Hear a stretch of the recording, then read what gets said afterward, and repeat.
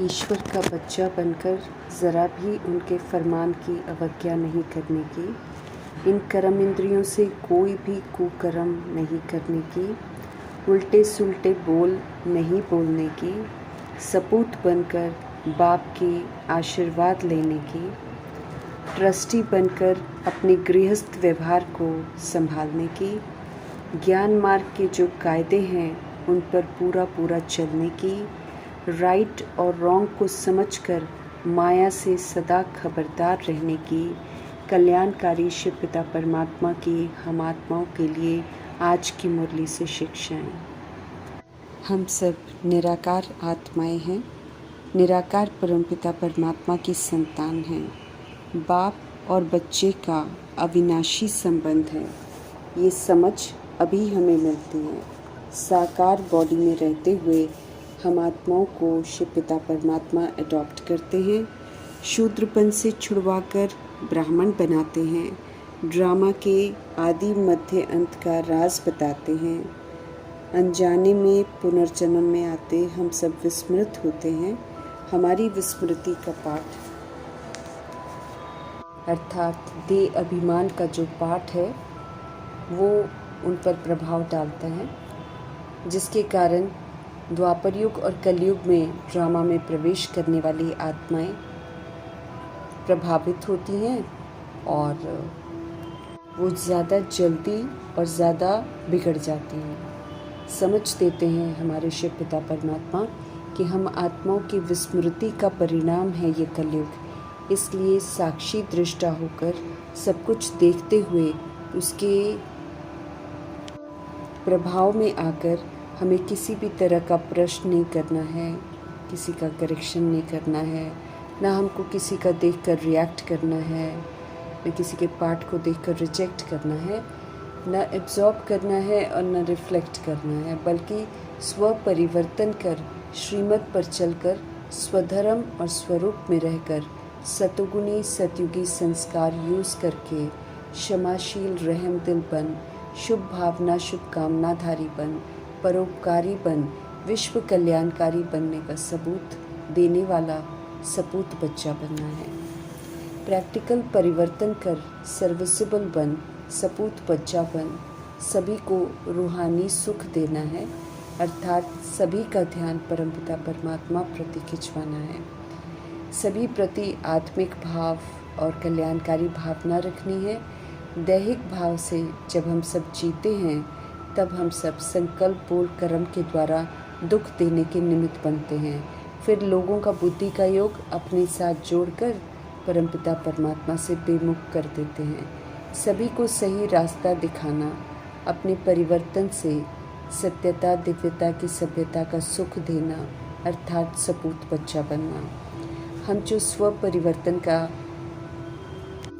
दृढ़ निश्चय करते हैं और जो स्व परिवर्तन का ताज हम आत्माओं को मिलता है, श्रेष्ठ स्थिति का तख्त मिलता है, स्मृतियों का तिलक मिलता है, उसी प्रमाण पाठ बजाकर उसे बरकरार रखना है।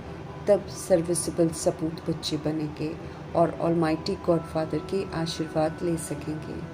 हम आत्माओं को ड्रामा की सज़ाओं से बचाने के लिए आए हैं शिव पिता परमात्मा, क्योंकि सृष्टि के नियमों के खिलाफ जाकर हम सब ड्रामा की सज़ाओं के कटघरे में कैद हैं, छूट नहीं सकते हैं।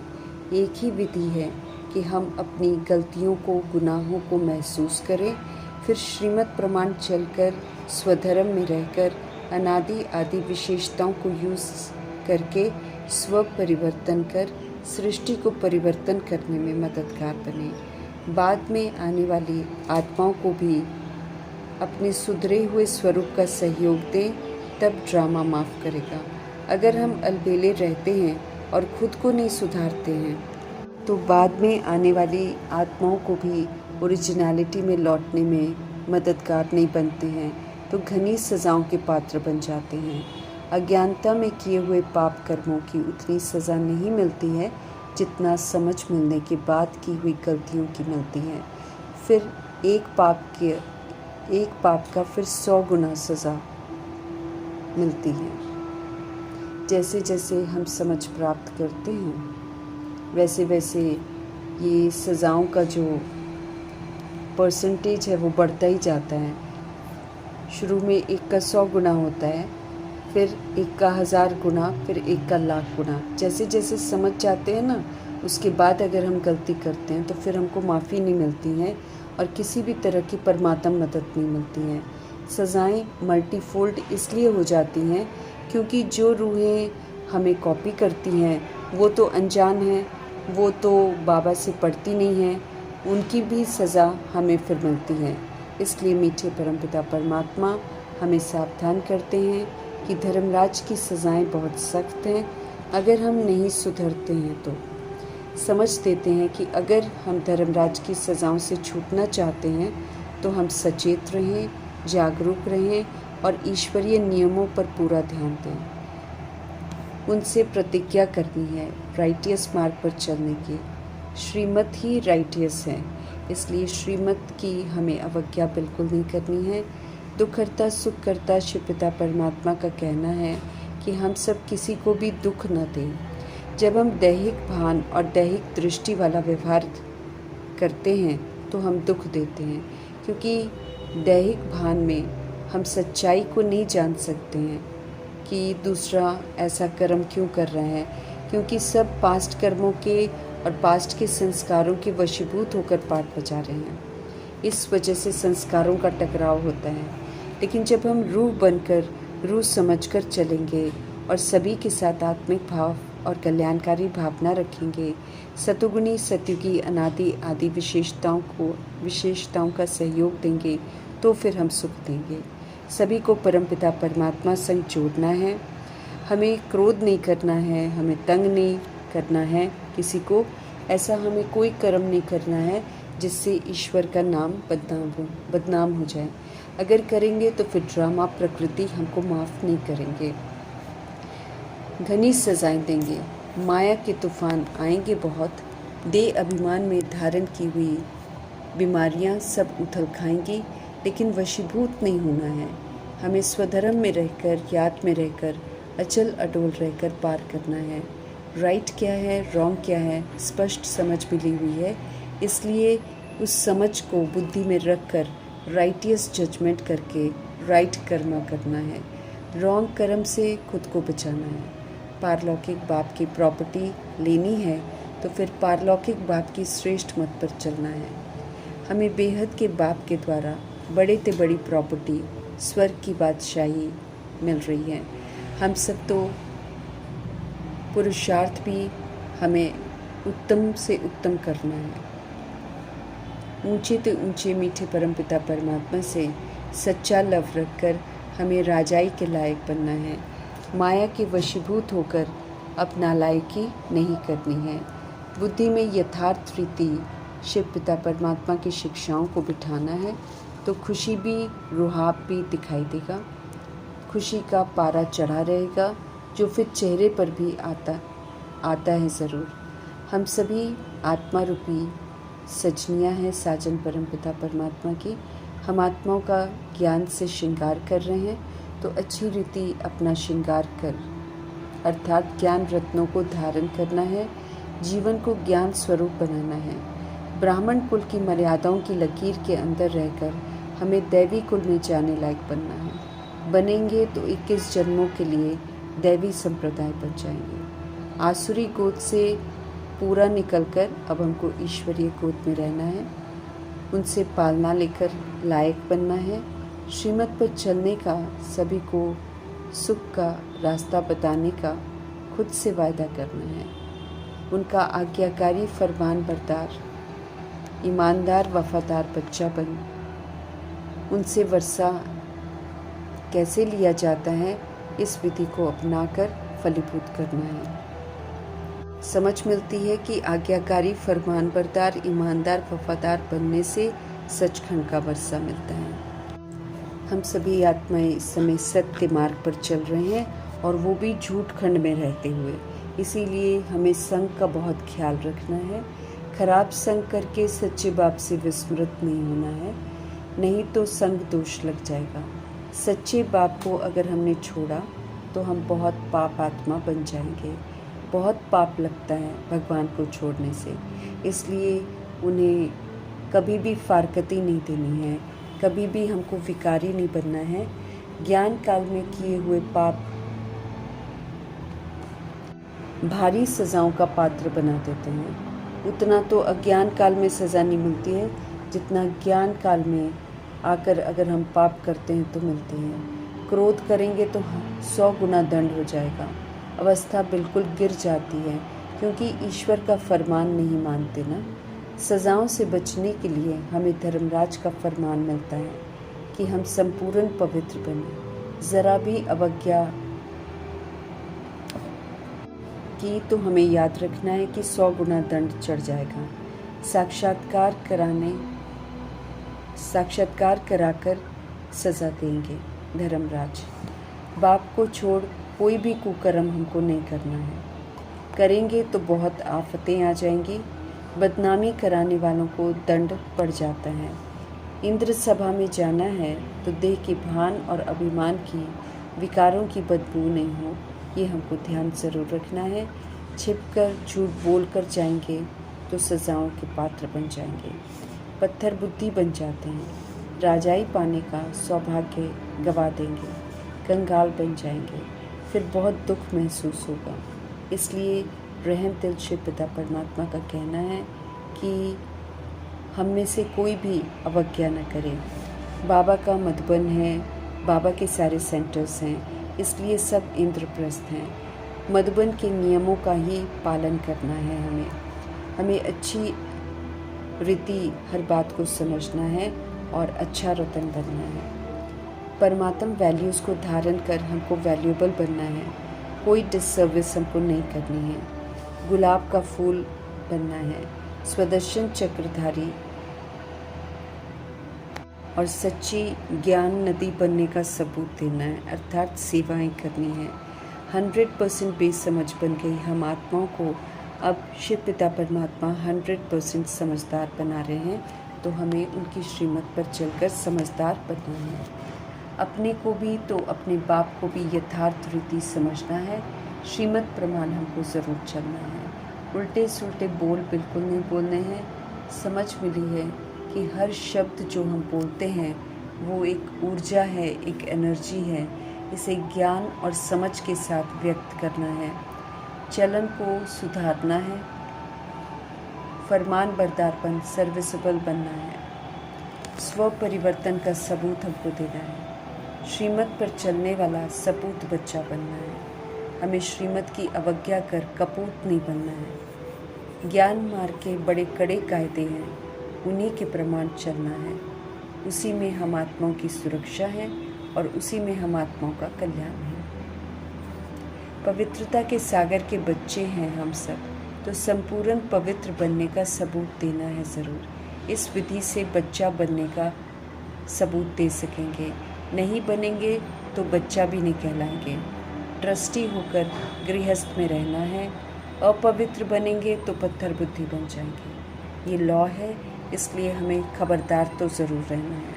अपनी कर्म इंद्रियों से कोई भी पाप कर्म नहीं करना है। बड़ी भारी मंजिल है, इसलिए हमें बहुत खबरदार रहना है। अपनी कर्म इंद्रियों से कोई पाप नहीं करना है। वही देखना है जो बाबा कहते हैं, वही सुनना है जो बाबा कहते हैं, और वही बोलना है जो बाबा कहते हैं। इन क्रिमिनल बन गई कर्म इंद्रियों को सिविल बनाना है। बड़ी भारी मंजिल है, ये हमको ध्यान रखना है। 63 जन्मों की दैहिक विकारी बीमारियाँ ये उथल खाएंगी, लेकिन हमको डरना नहीं है। कर्म में नहीं लाना है, बाहर आकर ही ख़त्म होगी। माया रावण हैरान करके परीक्षा लेगी, खूब तूफान में भी लाएगी, लेकिन परमपिता परमात्मा से मिली हुई समझ के अनुसार राइट और रॉन्ग की समझ का यूज़ करना है। प्रीत बुद्धि होकर चलना है हमें ज़रूर, तो विजयंती हो जाएंगे। विनाश काल है ये, विपरीत बुद्धि रहेंगे तो फिर हार खा जाएंगे, विनशंती हो जाएंगे, सचखंड में नहीं जा सकेंगे। सजाएं अलग खाएंगे। इसलिए ईश्वर का सच्चा बच्चा बनकर उनके फरमानों का पूरा रिकॉर्ड रखकर उन्हीं पर चलना है ज़रूर। कल्याणकारी शिव पिता परमात्मा हम आत्माओं को ज्ञान, सर्वगुण, सर्वशक्तियों, शांति, प्रेम, अतीन्द्रिय सुख, आनंद, खुशी, संतुष्टता, सर्व संबंधों का खजाना देते हैं और हमें उससे भरपूर होना है। जब तक हम यूज़ करेंगे नहीं, भरपूर नहीं होंगे, ताकि आने वाले दुखदाई समय में जब दुखों के पहाड़ गिरेंगे, तब हम सब जमा किए हुए खजानों से अपनी स्थिति को भी कायम रखें और फिर अन्य आत्मा भाइयों को भी खजानों का सुख अनुभव कराकर उन्हें भी संपन्न बना सकें, आत्मा भाई होने का कर्तव्य निभा सकें। वो आत्मा भाई जिनकी अवस्था हम आत्माओं की विस्मृति की वजह से ऐसी बन गई है, मिल रहे परमात्म खजानों को उन्हीं के डायरेक्शन के प्रमाण यूज़ करना है, कार्य में लगाकर फिर सेवाओं में लगाकर भरपूर जमा भी करना है। तब दुखों के समय हम सब स्थिर संतुष्ट बाबा की याद में रह सकेंगे और अन्य आत्माओं को भी अचल स्थिति का अनुभव करा सकेंगे। स्पष्ट करते हैं शिव पिता परमात्मा की दुखों की लहर अभी आने वाली है। तो जैसे लहरों में लहराती व डूबती हुई आत्माएं एक तिनके का सहारा भी ढूंढती हैं, ऐसे ही आने वाली दुखों की लहर में अनेक तड़पती हुई भिखारी प्यासी आत्माएं सुख शांति के लिए आएंगी। वे भी मीठे परमपिता परमात्मा के बच्चे हैं, लेकिन वो ड्रामा में लेट आते हैं, इसलिए परमपिता परमात्मा के पास डायरेक्ट नहीं आ पाते। लेकिन रहम दिल बाप का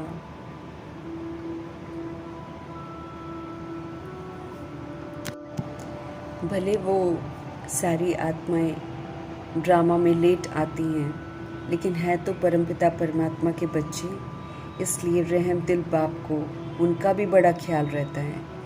और यही वजह है कि हमें संपन्न और संपूर्ण बनने की समझ देते हैं, ताकि हम सारे खजानों को यूज़ करके इस कदर संपन्न बन जाएं कि हम प्यासी आत्माओं की प्यास बुझाने का कर्तव्य पूरा कर सकें। समझ देते हैं कि हम सब अपने को अति इंद्रिय सुख, सर्व शक्तियों से, सर्व खजानों से भरपूर करें।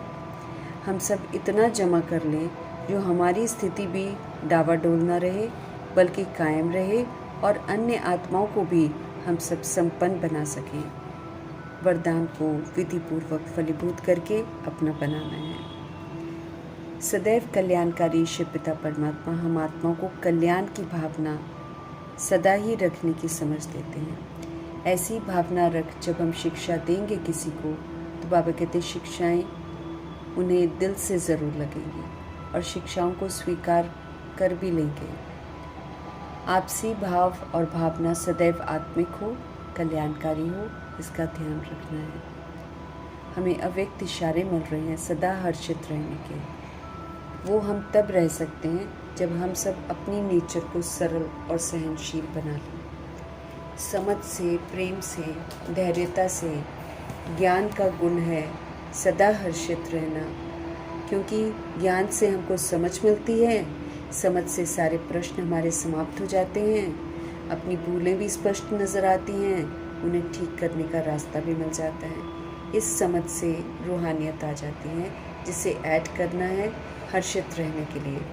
हर्षितपन का संस्कार परमात्म वरदान है जो समय पर बहुत सहयोग देता है। सदा हर्षित रहने वाले ही सभी को हर्षित कर देते हैं। तब जब नेचर हमारी इजी और सरल बन जाती है परमात्म समझ मिलने के बाद, तब अपने खुशनुमा हर्षित चेहरे से भारी वायुमंडल को भी हल्का बना देते हैं। सुंदर सहज कलाएं सिखाकर शिव पिता परमात्मा सब कुछ ठीक करना सिखाते हैं, ताकि हम सब ड्रामा, प्रकृति की नाराज़गी को दूर करके उनकी सलामी लेने के पात्र बन जाएं।